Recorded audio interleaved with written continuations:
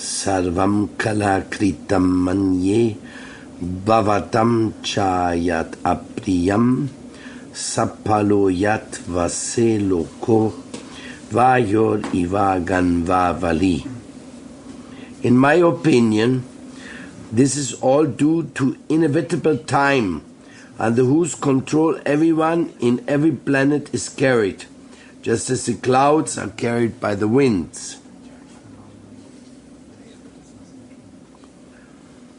Srila Prabhupada explains, there's a control by time all over the space within the universe, as there's control by time all over the planets. All the bigger gigantic planets, including the sun,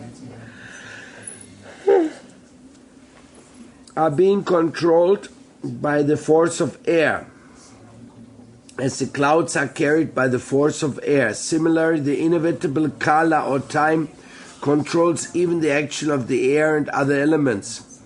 Everything therefore is controlled by the supreme kala, a forceful representative of the Lord within the material world.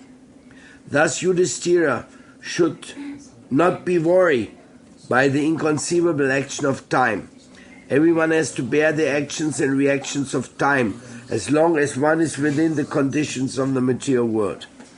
Yudhishthira should not think that he had committed sins in his previous birth and is suffering the consequences.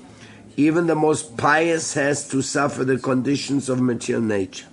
But a pious man is faithful to the Lord, for he is guided by the bona fide Brahmanas and Vaishnavas, following the religious principles.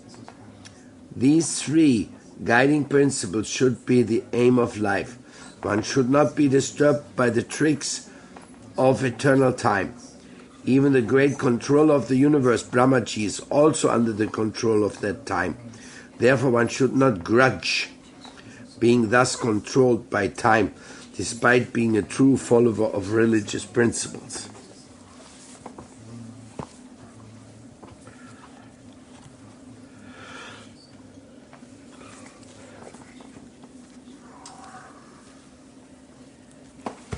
Time I am, devourer of all that is. That verse of Bhagavad Gita was quoted by Oppenheimer when he saw the first nuclear explosion. This came to his mind. Time and all devastating, all destroying, or all recycling, if you want to utilize a more modern terminology. Everything is entering, exhaling from the pores of the Lord, and everything is entering again. And as the sun can purify the stool without any difficulty, it can turn the stool into powder and make it fertilizer. So all the contamination of the world can be absorbed by the Lord at once. In front of his, it becomes immediately something insignificant. For us, it's not insignificant, but in front of the Lord, everything is insignificant. In front of the Lord, we know that every living entity is blessed. The more it is Krishna conscious, in the same proportion or degree that somebody is connected with God by his mind, body, and words, in the same way he is liberated from the material influence. Therefore, body, mind, and words should be under the control of the supreme time. Supreme time, it is the time of the soul to go home back to Godhead. That is within his own time, as he chooses a time when we are coming together or joining together with the Lord, either personally or by staying within the confinement of his material powers. Parasya Shaktir Vividaya Shruyate. This is the one of the aphorism of the Vedas, that all energies, without the slightest exception, they all belong to him. And he knows how to modify them, and he knows how to give good use to them. All energies, sound, sight, smell, touch, everything is within the realm of his divine purpose of existence. What relationship do you have to time? We very often say, I have no time. This is a very popular statement. Usually it's an excuse, because we have a lot of time. But the question whether we are giving good use to our time, that's another question. So we can dedicate our time to Krishna, understanding him to be the truthful and righteous enjoyer of our time and our efforts.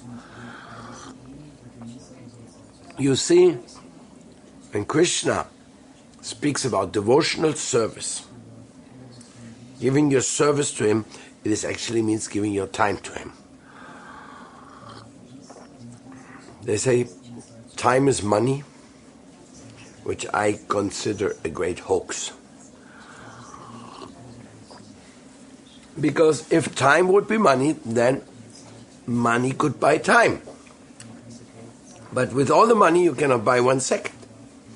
When your time is over, your time is over. So they say time is money because they think you're worth very little. They would say, well, I can employ somebody. Even a Harvard graduate, I can still get him and just pay him how much you need. $100 an hour? Fine, take it. Here, Harvard graduate, now you become my office boy. Because I pay you $100 an hour, so you will be happy. So in this way, you may think that time is money. But this is very little money, because the people do not know what importance is. They think a little money is worth their time. But that's not true. Your time is worth your love. Bankim Chandra, I've told that story many times because it touched me deep in my heart. He wrote in this book, he was a famous Bengali poet, and he wrote that one time a man went into his room. He was a rich man. And he was very unhappy and threw himself on the bed in his room. And he cried.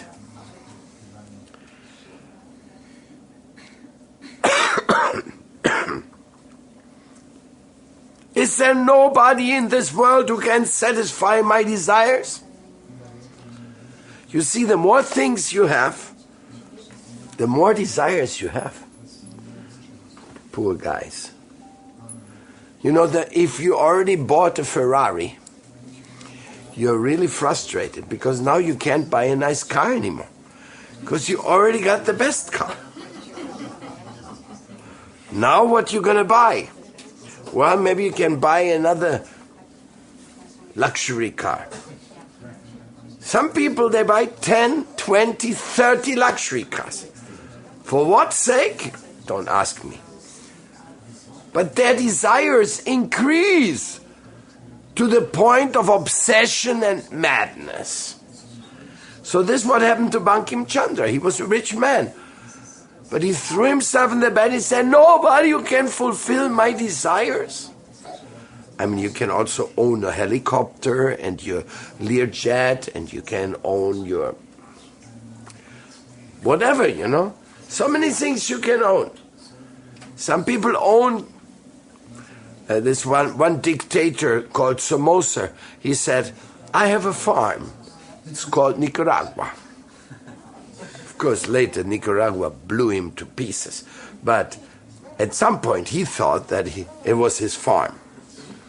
So people are like this. They want to have more and more and more and more. And then they look, as soon as they own something, their eyes go, and what do I not own? What else do I need to acquire to make my position more complete? That is a very nice way of understanding Maya. Maya is for mad people. It makes the mad even more mad.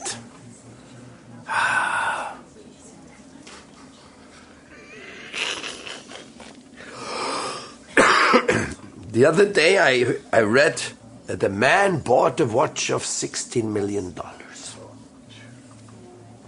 Studded with the most precious gems. He probably needed a special lifter to lift up the arm with the watch on it, no? So, do you need a $16 million watch? Well, maybe not you. You're very humble. You'll do with probably with just a $60,000. No, that's good enough. Plenty of people buy watches like this. It's a huge job. There's a huge watch industry which sells watches around the $50,000 and up. So, do you belong to that category? Do you want to have a $50,000 watch? Or do you belong to the $16 million watch category? Or maybe you belong to the no watch category. Oh, you're an enemy of the consumer society. And then there is the $5 Casio watch category. They're very humble people. They don't want to show off with any fancy watch, so they just take any simple watch. So this is a type of the madness of this material world. You are never satisfied. It makes you crazy. And what about the yacht? Then you have a yacht in Lago Maggiore or in Miami.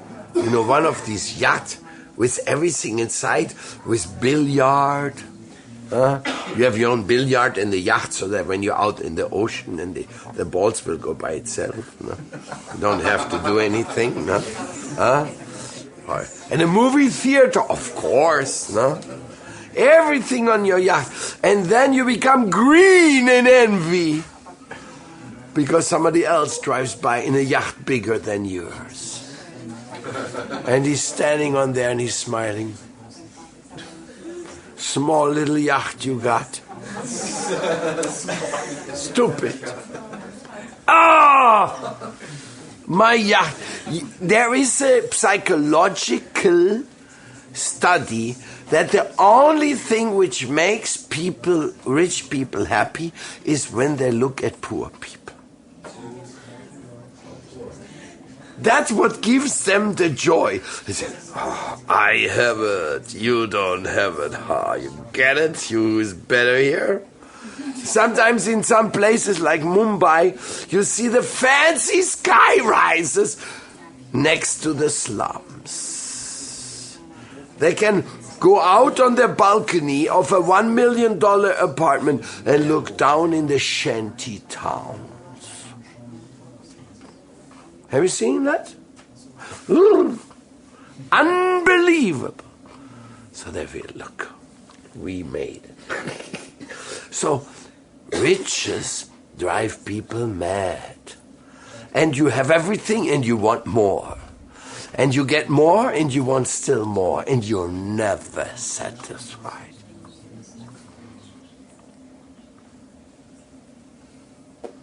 I mean, I have practical experience of that. In Colombia, I bought a piece of land next to a highway. And that highway, because we didn't have any money, just I got a donation And I bought this land there for the devotees in Colombia, because at that time they had nothing. They were just living in a little house in the city, and I thought, it's terrible. I don't want my children to grow up in a big city, just horrible like this. Let them at least have a chance to go on weekend, have nice greenery and see the soap. I bought this land. And I thought, money will come, because all the rich people of Colombia, they drive by right in front of our farm. So I thought, they'll come in, they see we're doing good work. They'll give us some help. In 30 years of this farm there, I haven't gotten the first $100 from a rich person. Embarrassing, but true. Where's the poor people? They came and give 5, 10, work hard, go out, what they need not do.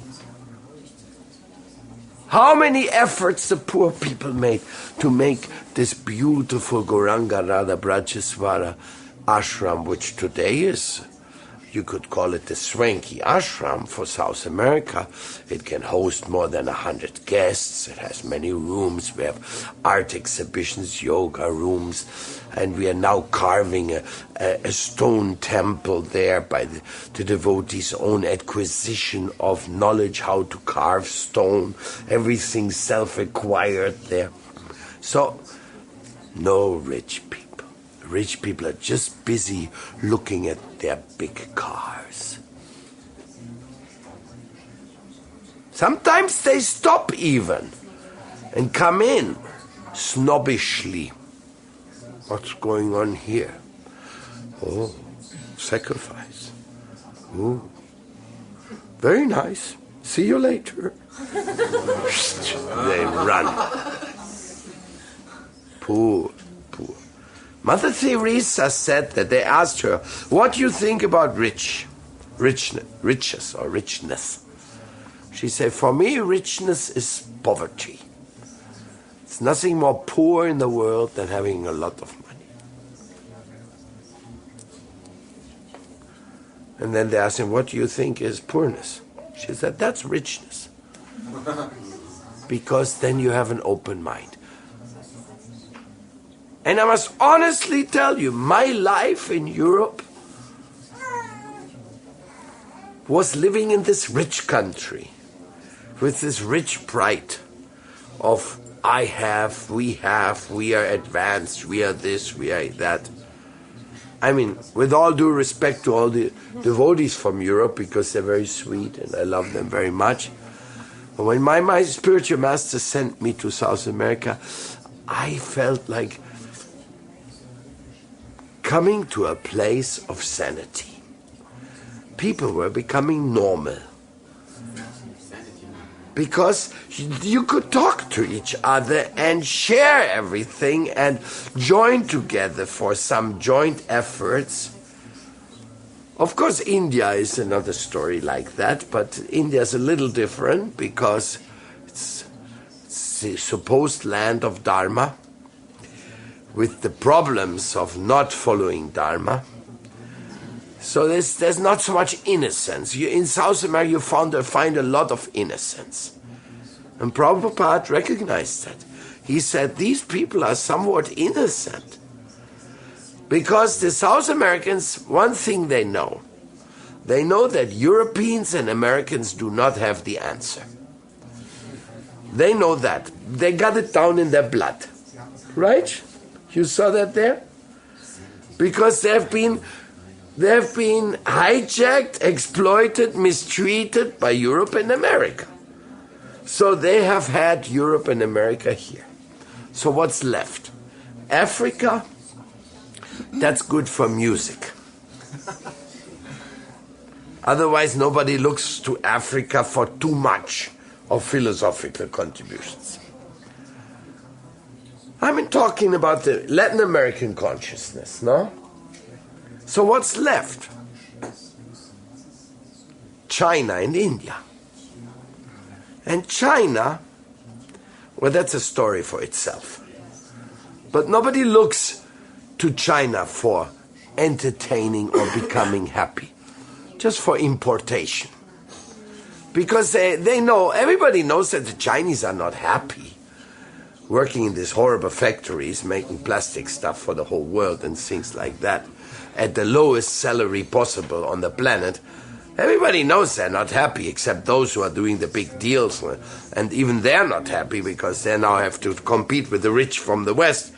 So it's a kind of a real nasty business truth they have created there.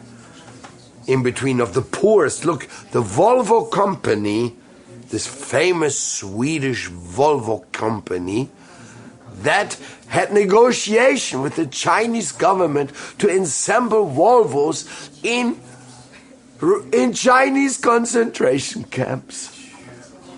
They already had the contract ready.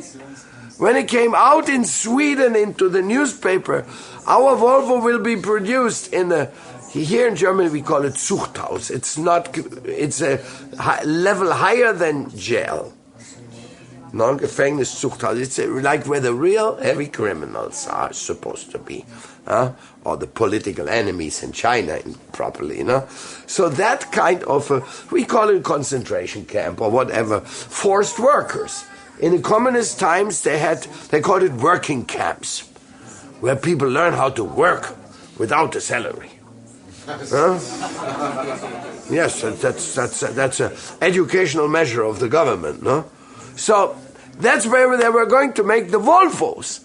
Then the Swedish people started protesting. No, how can we have our Volvos come from Chinese concentration camp? Then they canceled the contract. But do not think that many of the things which you utilize in your daily life are not produced in a Chinese concentration camp, because that's where they produce many cheap things. So in this way, nice world, no? Dirty business.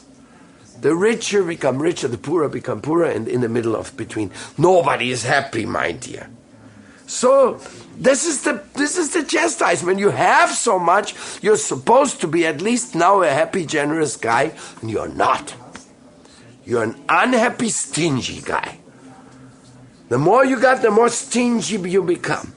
In the Vedas it says, when you feel pain to open your hand to give something, then at least give ashes. So that you will be at least relaxing your arm and you know that you can open the hand and give something. So you should give ashes. That's in the Vedas, some in the Mahabharata also. You know, the Vedic lore has really all the moral teachings the world can desire. All the good wisdoms, all the good insights, what makes people righteous and refined sentiments. It's there in the Vedas. They're very, very, very rich literature. Really unbelievable. Anyhow, my example was Bankim Chandra. So he was a rich man. He said, is there nobody can satisfy all my desires? And then, all of a sudden, he heard a voice. What are all your desires? And what are you ready to give from your side to have all your desires satisfied? Bankim Chandra said, who spoke? Who spoke? Who spoke? He looked out the window, nobody. He looked out the door, nobody. Nobody was there, but he had heard very clearly the voice. What are all your desires and what are you ready to give? He said, there's nobody, I have to answer. He said, I have so many desires and I'm ready to give my whole life to get them satisfied.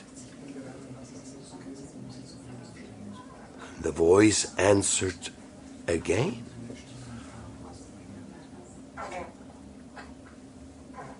You only want to give your whole life? That's all you want to give for all your desires? And Bankim Chandra was, what is that? I just offered my whole life and I'm being told that's nothing?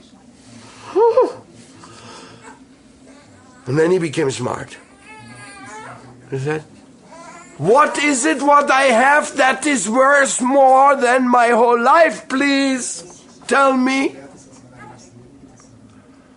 And then the voice came again and said, you can give your love.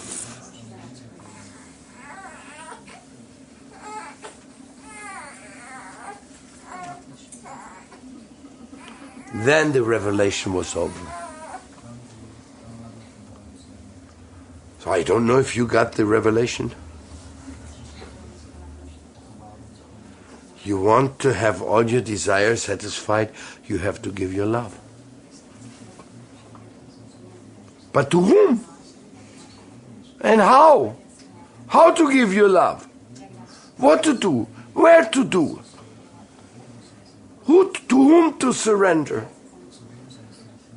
To whom to give your energy, your support, your contribution to this or that? What? When? Why? Oh my God, please help me.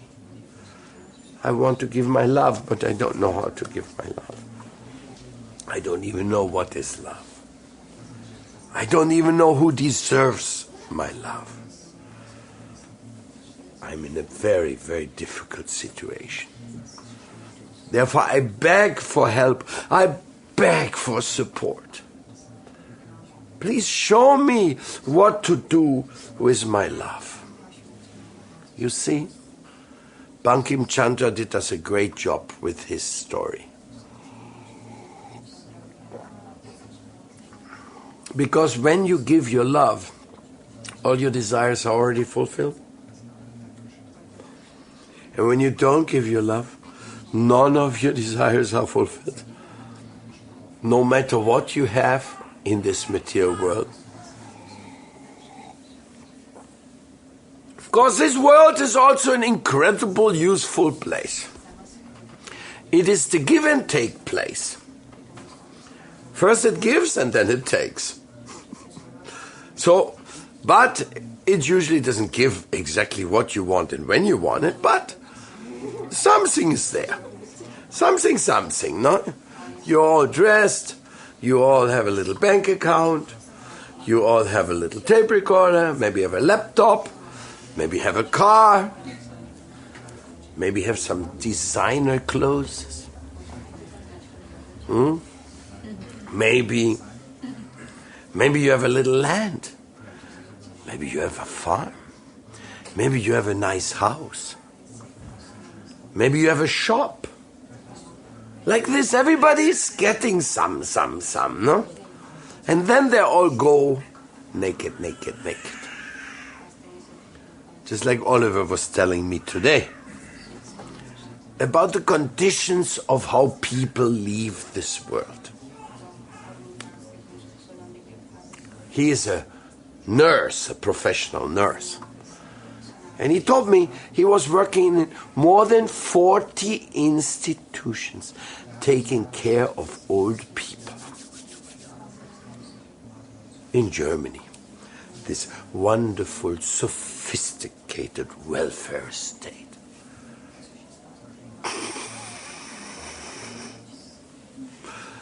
What he was telling me was so harsh and so terrible that while he was telling me the stories, he could not stop crying. What they do with the old people in Germany, in the institutions. How they drug them so that they don't complain. How they create fear in them so that they won't move. Because when the old person wants to move, that means for the nurse, you have to move with him and look. So they're always told, don't move, stay in bed, take this drug, take this medicine. They practically get immobilized. The old people get immobilized under pressure and fear. Then they take all their money away. Whatever they have left, they have to sign it over, and if they're not signing it over, then they're making something like they say, oh, like for example, they go, somebody asks, what's the day today? Person says, I don't know.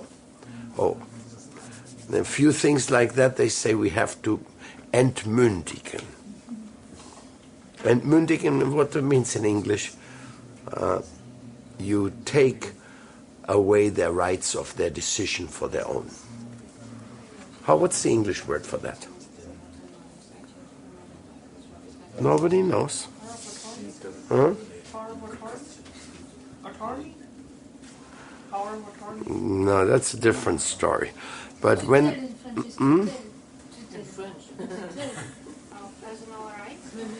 Anyhow, in German it means entmündigen. A judge will say he's no more capable of signing for himself. Unable to decide for himself. Yes. So then, this is what they do with them. Systematically. It's a procedure. So the old people, they're not getting much love at all. And it's business. People have to keep them. Then he was seeing they're forcefully feeding them. Many old people want to reduce their food intake, their liquid intake. They are obliged. There's actually a whole machinery of experts to make sure they stay alive as long as possible, because that every day means money for them. It is such a harsh and such a painful business that you want to die in an accident in Germany for 50 times than coming into that machinery. It's so horrible. And accidents are not auspicious, no? But that's not auspicious, you know? That type of death has nothing to do with auspiciousness. There's no love whatsoever.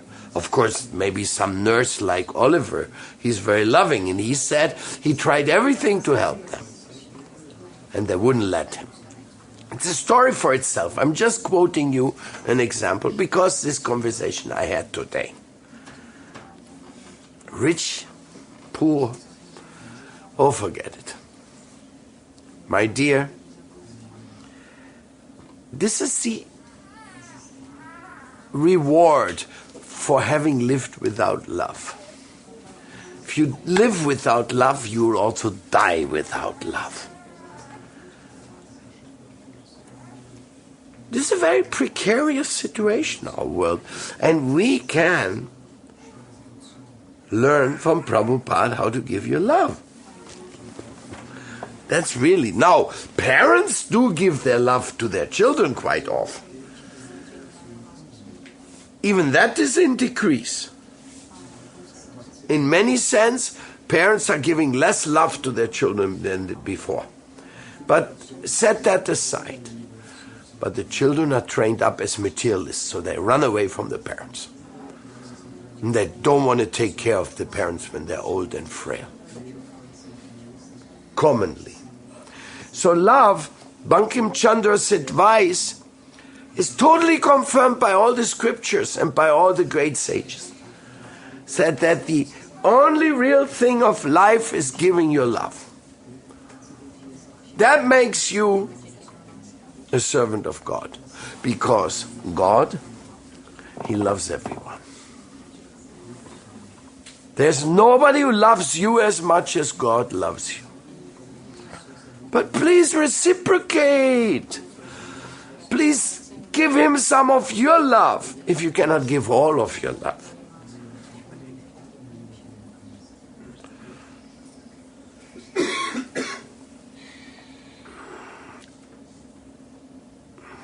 Amit Goswami gave the example in quantum mechanics of Lord Jesus.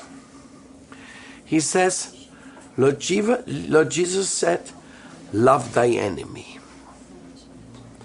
He said, is that sentimentalism? Is this madness? Then he said, because if love is real love, you even have to love your enemy because you realize that I do not have any enemy. He's actually making a very highly intense philosophical statement.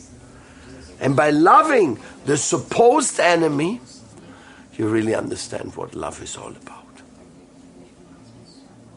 Or take the commandment, love thy Lord with all thy heart, with all thy body, with everything, and love thy neighbor as thyself. What a beautiful instruction. Well, fantastic. Love thy neighbor as thyself.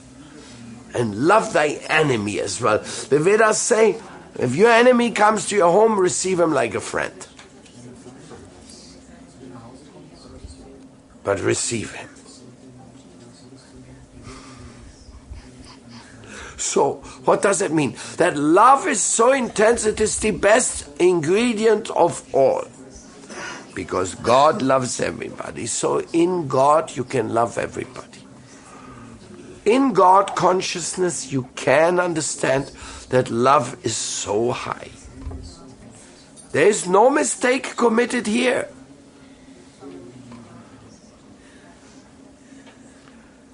Prahlad loved Hiranyakashipu so much that after his father attempted to kill him so many times, he requested his special boon, which he was offered only on behalf of his father. He refused to ask anything for himself. No, my lord, I don't need anything. No, you must ask something. No, please, I didn't come here to make business with you. I request you have to ask for something. Oh my God, okay. This guy, this Hiranyakashipu, please forgive him. Don't throw him away forever. He was just in Maya. He was carried away. He thought I was challenging his supreme power.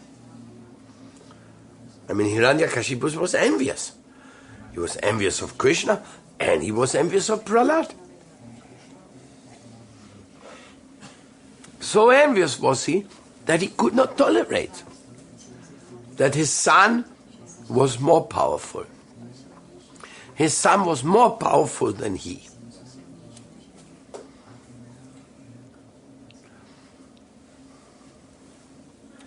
Absolutely.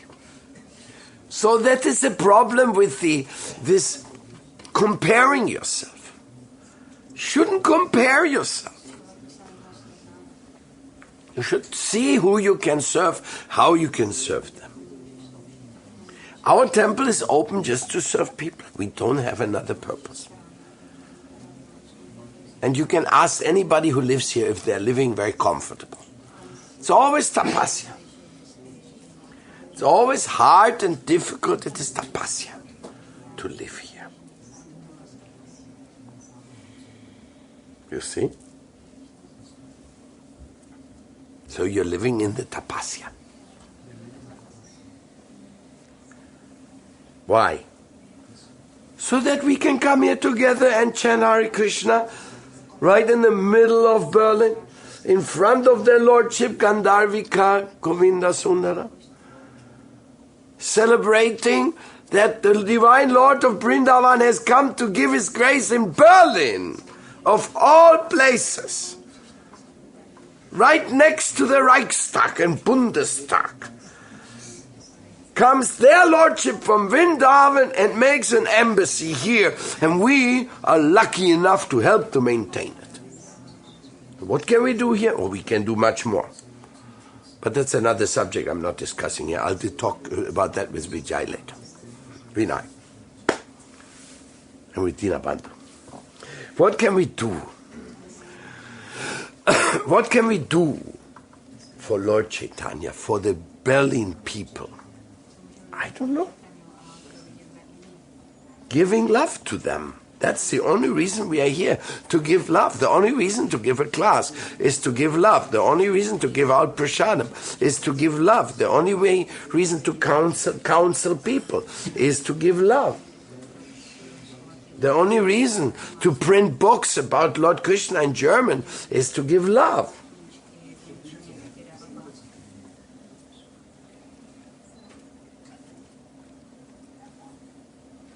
Vinay likes the German people so much, he really thinks they're intelligent.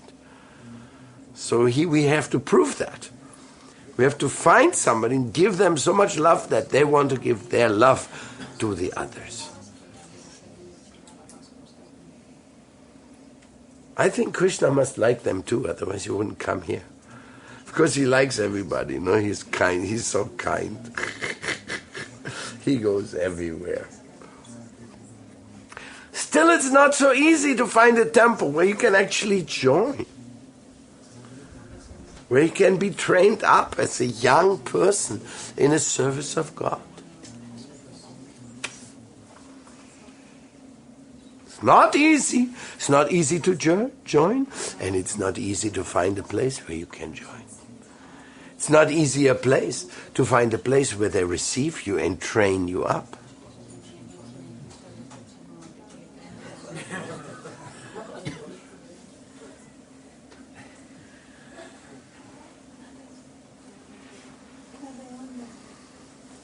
So, but because the love of Krishna, thank you, because the love of Krishna is so great, he's telling his devotees, go and give out my love there.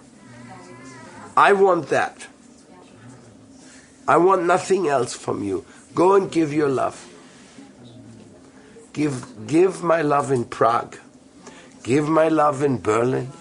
Give my love in the most amazing places in the world. Because I go around the world, I find places just amazing. Tell you one beautiful story.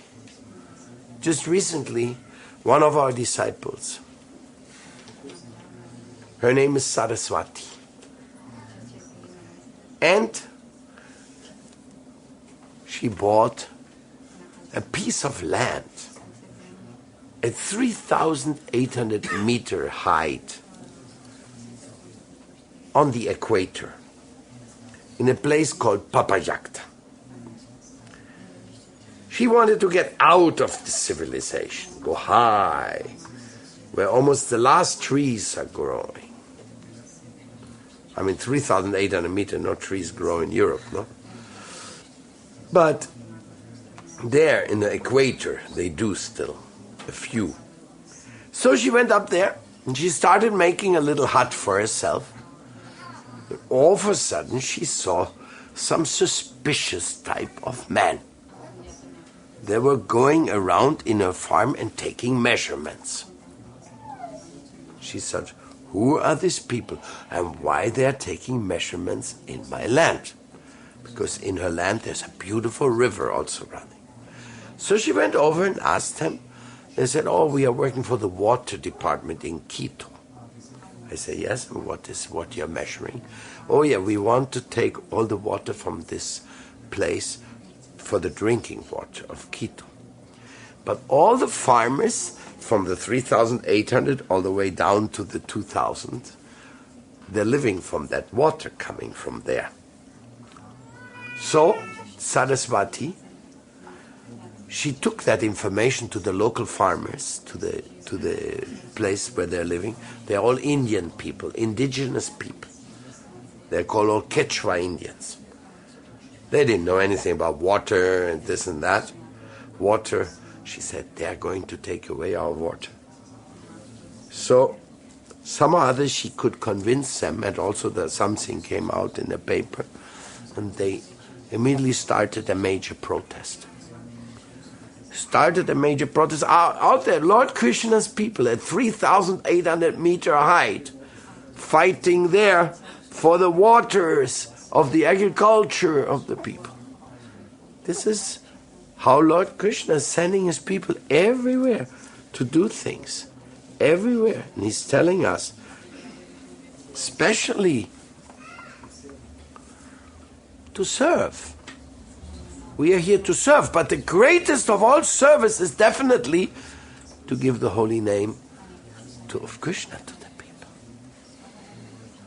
That is the greatest service.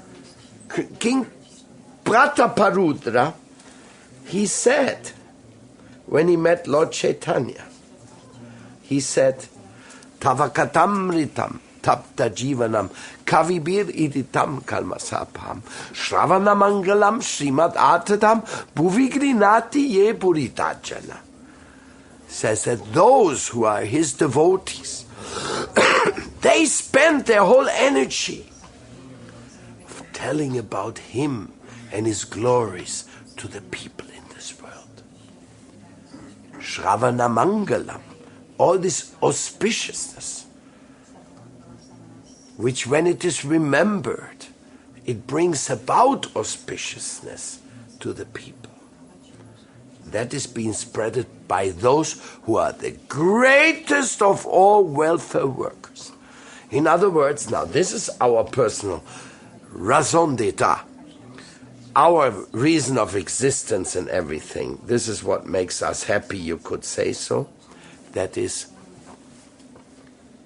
that when you give the message of Lord Krishna to the people of this world, it is then alone when you do the greatest service of love to them.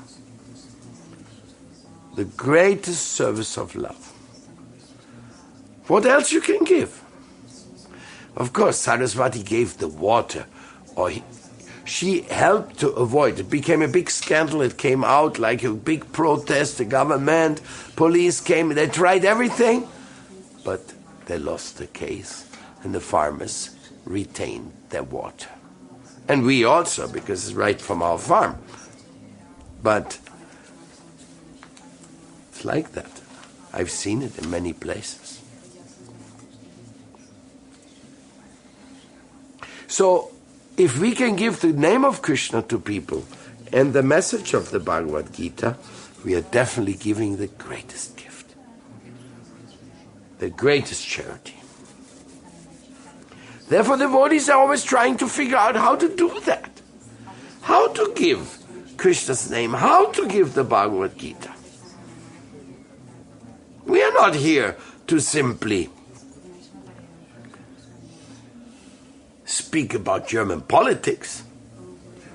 I mean, German politics could do a lot with some dharmic insights. My God, that would help them a lot.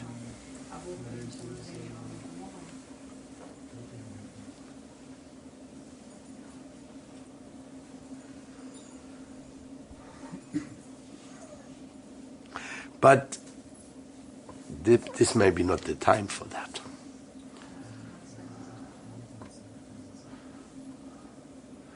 But the people, the German people, they can truly be benefited when they hear about the Bhagavad Gita and the holy name and the message of the virtues of the Vedas. A lot.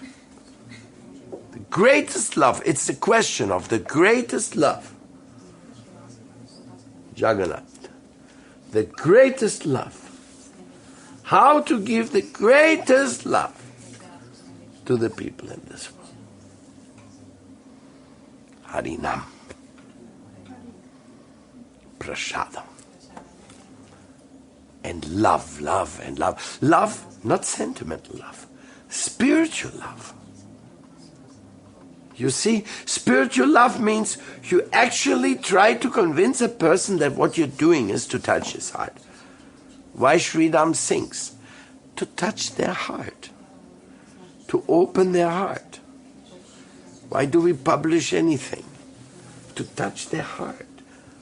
Why do we invite them to see how we worship Lord Krishna? To touch their heart. Why do we give them the flower offered to the deity? To touch their heart.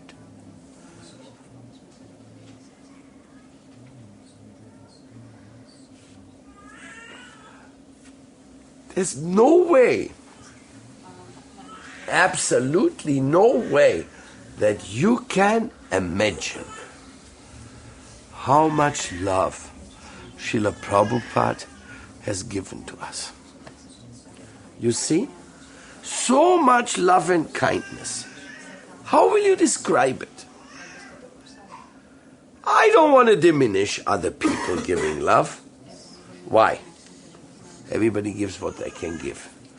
But what Prabhupada gave to the world is absolutely beautiful.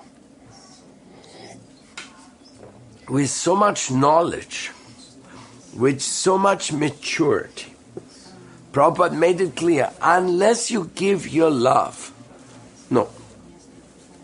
unless you give your love to all,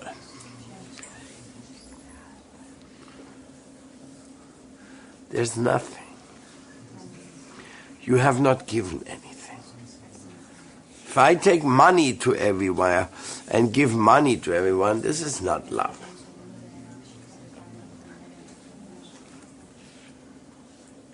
Maybe the people will be happy if I go around give everybody 100 euros. They say, oh, he's a nice guy. He gave me 100 euros. Wow. And others will say, oh, is this guy foolish? He's giving 100 euros to everybody. He must have so much money, he doesn't know what to do with it. Everybody would talk about it, but nobody's life would change with $100 or 100 euros. So, what would be accomplished? And how many 100 euro notes you need to give one to each German? It's a lot of 100 euro notes. And still you wouldn't have changed anything. Nothing. A few more toys would have been purchased.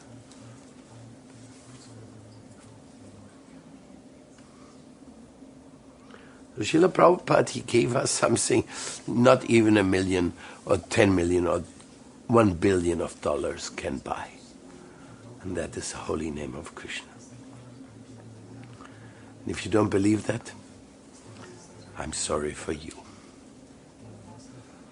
If you think the holy name of God is not worth more than anything in this material world, then I am sorry for you, because you haven't gotten a real understanding what is the value of the holy name. You don't have that idea. I do have that idea, because in my life I never knew what is the word scarcity. Never I've seen such a thing as there is nothing or we don't have. We want to have but we cannot have. I didn't hear that word even once in my life, in my family. A well-managed middle-class family, you may call it.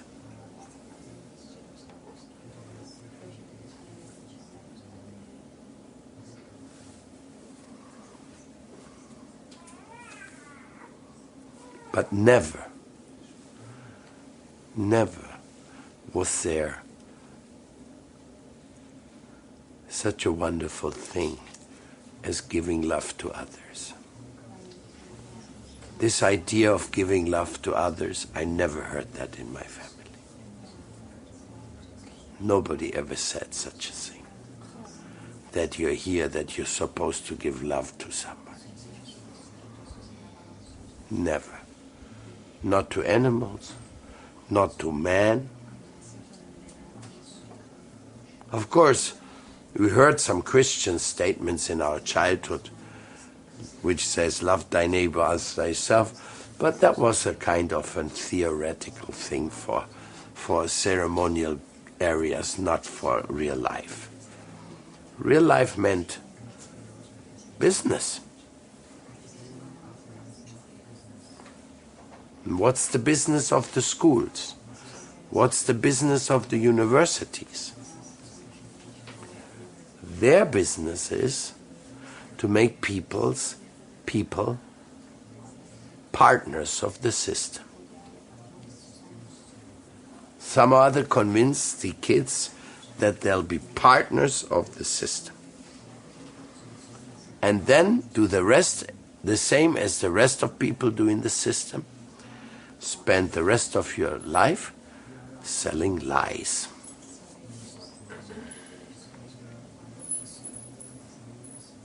It may sound a bit harsh, but unfortunately that's the reality. And you don't have to do that. If you accept the love of Srila Prabhupada, you will see that there's no need to sell lies. Instead of that, you can open a prasadam restaurant or do something for Krishna where you can be yourself, can be sincere. And somehow or other, that's what the devotees are looking for. For this area where they can be themselves and serve the truth and distribute the love of Krishna. That love which Srila Prabhupada brought to us. Srila Prabhupada did not go to the Western world to collect anything. He did get a few donations for his work, but he didn't come to collect. He just came to give. He gave and gave and gave, and he gave us so much. So we are very thankful that he's not only gave us, but he gave us so much that we can give to others. What about that? You're giving so much that they who receive can spend their lifetime giving to others as well. And then they who receive from them get enough to again that they can spend their lifetime of distributing to others. I think Prabhupada was just too rich. So much, so many riches he gave to us.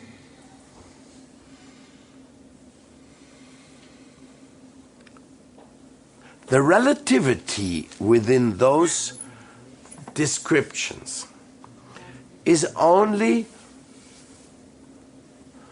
in the mind of those who cannot see the transcendental. Because within the relative, temporary existence, you may actually be fearful that the eternal does not exist, and therefore you cling to the temporary, mundane. But if your heart is fortunate enough to embrace with love all that which has been given to us by Srila Prabhupada, you can immediately understand the divine reality and you can rejoice and participate in the distribution of it as well.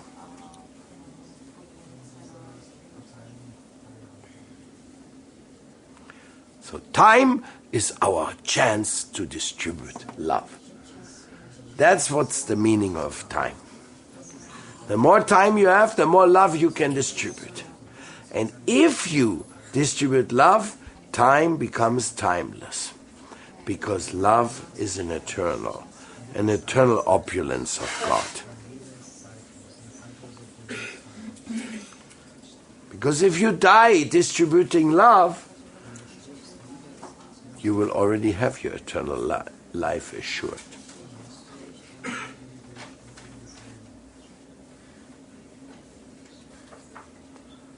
That subject is also being dealt with in Bhagavad Gita with all details and opulence. How our eternal existence, beyond time and space, is the real destiny and the real identity. And that is again the identity of divine love. Because that's what the world of love is really all about. It's not limited. It's not conditioned. How that really works, I'll be honest with you, I have no idea. Nor do I think we have to understand. Only we have to understand that it is all about love and that we have to participate. If we want to understand everything, it disturbs our love.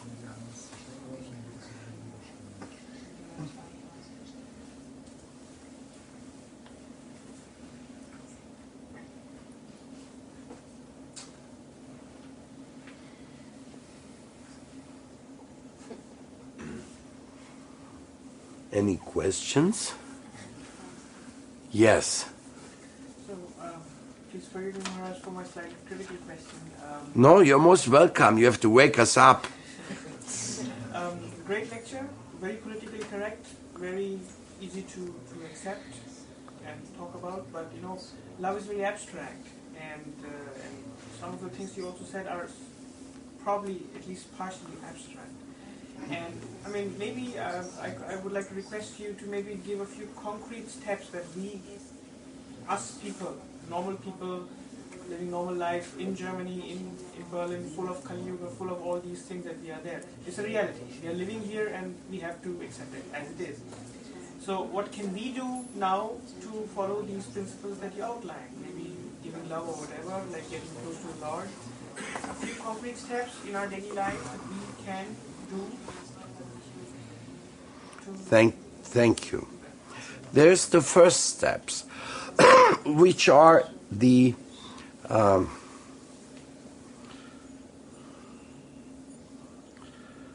service within the realm of direct divine influence, which means, number one, to give out vegetarian prasadam to as many people as possible. Because prasadam does turn people around. Many people have testified to that effect. Number two is giving as many lectures as possible about the transcendental science to whoever you can. That takes me to number three. Visiting as many schools and universities and inviting them to the temple to come and to see for themselves what Hindu culture, Vaishnava culture is. Many of them are coming here, and many of them more will come if they get a serious visit of a serious man presenting what we have to offer. Number four, try to introduce the chanting of the holy names to as many people as we can. Number five, make Vedic literature available on as many levels possible. This, for example, was just published in Italy. And it is published by a disciple of Atulananda Swami, Valentino Bellucci. He made this contribution of the Holy Scriptures, and he presented, he's a professor in university also, he made it in such a way that it go into every bookstore, which sometimes the publications from the religious institutions, they don't get that privilege. But if you go the right way, you get the ESPN number, the barcodes, if you go by all the rules, and you get a publishing house, which is Senya Tascabili. So this was just published, he just gave that to me. So, and it's very nice, it explains Brahman, Paramatma, Bhagavan. Our philosophy is a very nice, it's a Bhagavad Gita, Bhagavatam, condensed presentation. What to do in Kali Yuga. So it's addressing kind of. So the direct principles, scripture, names, prasadam, sadhu sangha, making the association of devotees available to many. So we're very happy, just came from Italy yesterday. Then,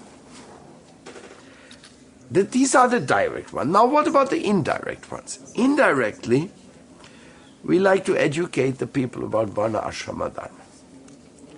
We like to educate them starting with the Vedic principles, health, body, mind, intellect and soul. They all have to be healthy, they have to be harmonized. So for that we have a certain hierarchy coming, yoga, introducing people to the principle of yogas, in principle of Ayurveda, to the principle of Jyotish, to the principle of Karma Yoga, to the principles of Bhakti Yoga. So all these yogic principles, they are very helpful. For example, astrology, in the House of Wisdom we are working, it's not really started in Germany, we are still a little bit in the beginning stages of our mission. In the House of Wisdom, we give people a free astrological chart, which clears, or where you can see how your character has been understood by what you did in the past.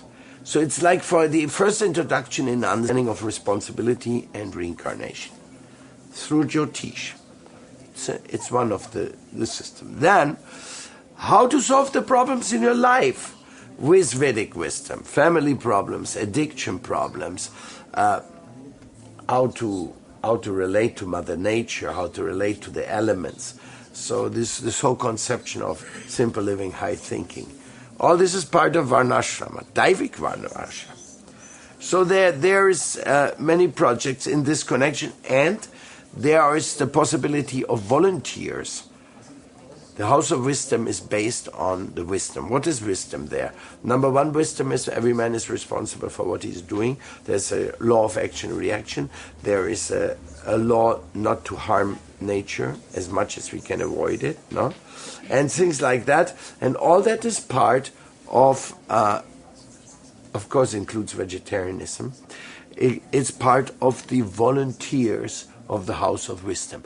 They are in the professional level on wherever they work, they're starting introducing these things in society. So this introducing things like that in society, it is already going on. Srila Prabhupada has accomplished quite a large deal of that. But much more can be done. It is slow, takes time. But for example, the word karma has become a household word. It's been introduced in the Spanish dictionary. People in newspaper, in South America, they will write, bad karma hit in this neighborhood because some inundation was there. So they're using the word karma, which they didn't know even it existed before, now on the daily newspapers, like a normal vocabulary. This is a major impact. How did that happen? 20 years ago, you would never see that word in any newspaper in Spanish, no? So Prabhupada gave whole philosophical conceptions into the language already, into the culture. He created a fusion in a certain way. The devotees are doing that, creating an artistic fusion, where you have all of a sudden the hippies chanting Mahamantra in the hair musical. That's where I found out about the holy name of Krishna. So all this takes place by the grace of Radharani, and we are very fortunate because we can do so many things for the welfare of the world. And then it goes further according to what our abilities are there. For example, opening schools. Like the RSS is doing so many schools. Why should we not have schools, hospitals, hospices, and all these things? Why not? But there has to be somebody mature enough and financially sound enough to do it. One very good example, what we could do if we had the facility, is called the Waldorf School, if you know what that is. You're not aware? Have you heard of the Theosophical Society? Well, one of the students of the Theosophical Society, his name was Rudolf Steiner. And he started a society in Europe called the Anthroposoph Society.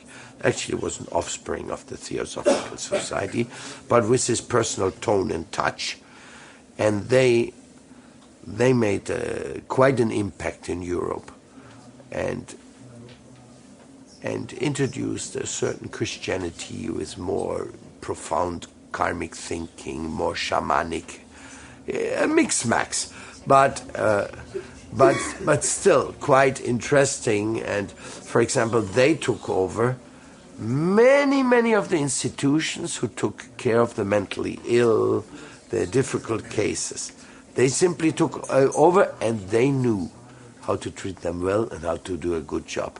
So much that in many parts of Germany, this institution, that organization actually manages all these hospitals of mentally ill people, many of them. And so they started a system of schools called Waldorf schools. The Waldorf schools are schools where it's not so competitive, children are not allowed to watch television. There's many good things. Basically, you could say the influence of the Anthroposophic Society is between Advaitavada and certain shamanistic attitudes of Europe, but definitely quite different to the consumer society, materialistic thinking. So in a sense, we hope Vaishnavism and the House of Wisdom will reach one day to actually be able to reach out to many people. and to have an impact. But we must not forget one thing. Chaitanya Mahaprabhu is in control. And whatever happened, problems included, it's also in his control. I can give you some insights why. But that's maybe not for this forum right now. But Chaitanya Mahaprabhu has good reasons why he shows difficulties and why he presents his mission in not such a unified way. One person, he said about Germany, the German system is, if anything new comes up, you smash it down. When it comes up again, you smash it down again. When it comes up again, you smash it down again. When it comes up again, it must be something good. This is a little bit. So the first smashing down already took place. Well, if they go by their tradition. But this is a kind. And when you're talking about fascistic regimes, and the history of the world is not exactly open-minded, it's not, then you can understand that there's a large opposition. A large opposition towards what Prabhupada gave us. His relief. Even though the world is thirsting for divine elements, is really thirsting. The world needs it, but still it just jeopardizes. Practically we have a reorientation. Just yesterday I saw Happiness in Economy. Have you heard about that documentary? Very, very nice. It studies situation of Ladakh before the Western civilization came there, and Ladakh afterwards. How they changed this beautiful monastery setting up there in the mountains, peaceful Buddhist people, how they changed it into a total chaos just within 20 years of exposition to westernized culture. And they took that example in that documentary and showed that happiness means to not get involved with too much complicated systems. They're just not, especially of all the systems, the worst thing in the world is really globalization.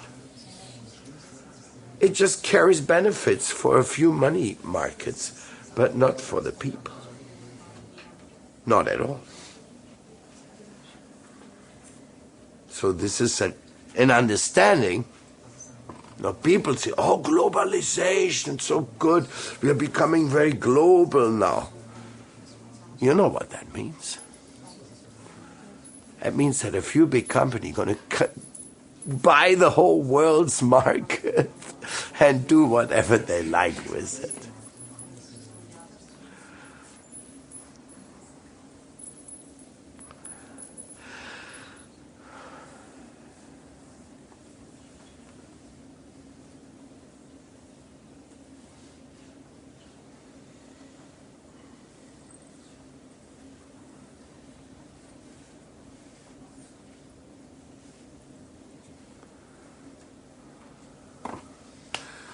Atulananda. It is late.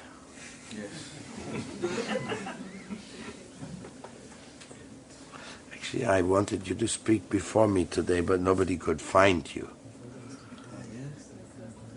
I was in the apartment upstairs.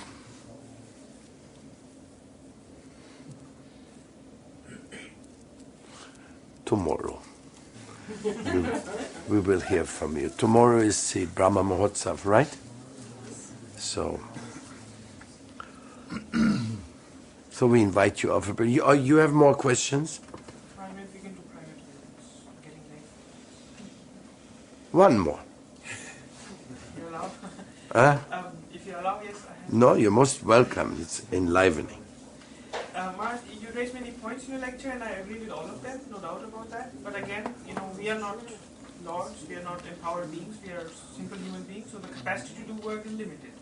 The capacity to influence also is limited. So the points you mentioned concretely make a lot of sense to me. I can identify with at least 5 or 6 which, for example, I can already do or am doing to some extent. Now the point is, with the globalization and all that, something's happening there, something happening here, wonderful, but we cannot change everything. So we have to probably focus on something that we can actually change. Let's say, like think globally, act locally, something like that. So, from the Berlin perspective at least, or from wherever people come, like Prague or Spain or something, maybe, we need guidance from you, like, you in Berlin, Vinay, I give you 3 tasks, when I come next year, show me how far you are. Like, of course, you have to give the perspective of the whole world, something happening in Ladakh, this, that, and everything, so that I understand. But I need something concrete for my local world, which also takes into account my capacity and my condition, whatever it is. Like, for example, I'm working, I don't want to give up my job, I have some responsibilities to my parents, which I have to fulfill, others have something similar. But despite that, I have something. I have some budget, I have some time, I have some energy, and some brains. So, I would like concrete guidance from you with that in mind. Thank you very much. Of course, this requires definitely individual discussions, Yes. because it is so individual what somebody can do and cannot do. I wanted to go more from the place perspective. Like from Berlin, for example, the Berlin Yatra, the Berlin Temple, for example, could do something like this. Well, my experience has been that the Berlin devotees are very overloaded with our tiny little project of Mewegen, getting some nice place going and keeping this temple up. And now the Vrinda Kunja has come. I gave them an assignment to spread vegetarianism systematically in connection with karma-free food understanding, which is introducing Vedic values. It was one of the assignments I gave to them. I gave them a few others. I see that they're quite overworked. They're grasping, help. That's true, Maharaj, but that's exactly where the strategy comes in, right? That why do we make, we have to think, this is our capacity, this is our resources. That's what I also tried to say, that I have certain capacity. I cannot do, I can't go to South America and preach. That's not in my capacity. Unfortunately. Whatever. So my capacity, I know my capacity, and I know my power and my ability. So why don't we take steps in commensurate with that ability? Why do we go beyond and now we have to put in our... I try not to, but I have to drive it to the edge. Prabhupada used to say whenever somebody came to him and said, look what I did, Prabhupada said, wonderful, do double. That was his routine answer. We were trained up in that way, that we should never get satisfied with what we already accomplished. So I do drive it a bit to the edge. But you see, it's also... I don't say that what I do is whatsoever perfect. I'm just trying to do what comes to my mind and what Krishna gives me there. But the things I say, they have this character that you can do that much or you can do that much and still it will be fine. So there is a push for that, but with the consideration that we can do whatever we can. But in some areas it's not like that. Like with the rent, they don't tell me, the rent is 500, if you can't manage it, just give us 50 or 100. No, the rent is 500, if you don't pay the 500, you're going to get it. So sometimes certain tasks are there, they're not that flexible, no? That's what life is presenting, and yeah, we are trying to work it out as much as we can. And we're doing a good job, Maharaj, no doubt about that. I don't think so. Well, it's not excellent, but it's good. That's why I did not say excellent. I think it's lousy, but it keeps me going. But Maharaj, that's where I think what is needed is that we put the things in perspective. Like, for example, we had this ashram and it was going, and now, of course, you say people are overloaded. Maybe they are because of Vrindavan did that, but maybe there's a reason for doing that, right? There must have been a vision behind taking Vrindakunj and the village and all that. And that perspective. No, we didn't want to take Vrindakunja. That was Krishna's plan. He tricked us into that. Completely. I was so scared. Because the devotees were crying to me when we only had Vrindakunja, that they felt they were overloaded. So Krishna made the plan completely. And we appreciate that because we needed that place. We needed that. It was very important. But yes. And also there's sometimes people have certain revelations, certain geniuses come along. And certain genius things are revealed to them. That's also certain things happen.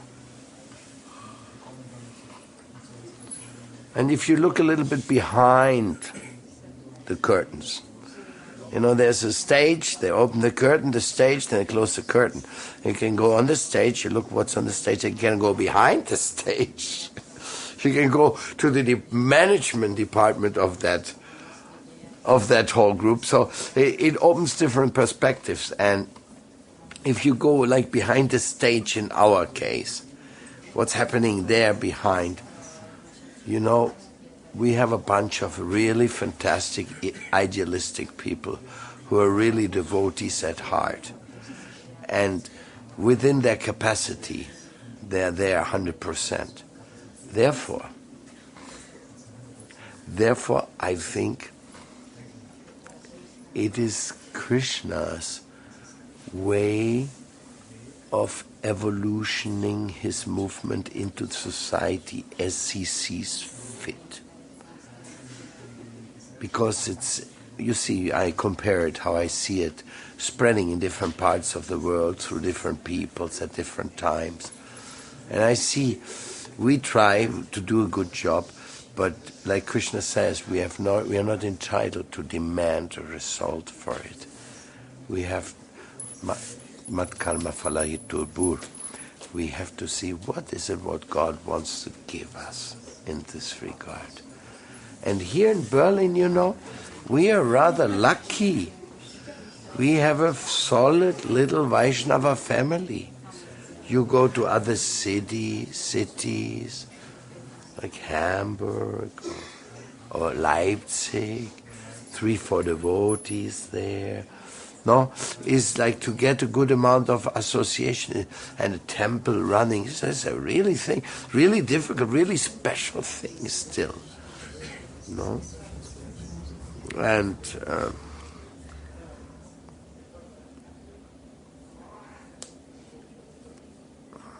but still what you say is very true. We have to try to target as much as we can and individually see what's in there for us, what Krishna wants us to do. And when I say I consider it lousy, I'm just trying to push Krishna. Come on, reveal a little bit more of your plans, Reveal it, what you want to see here. What shall we do?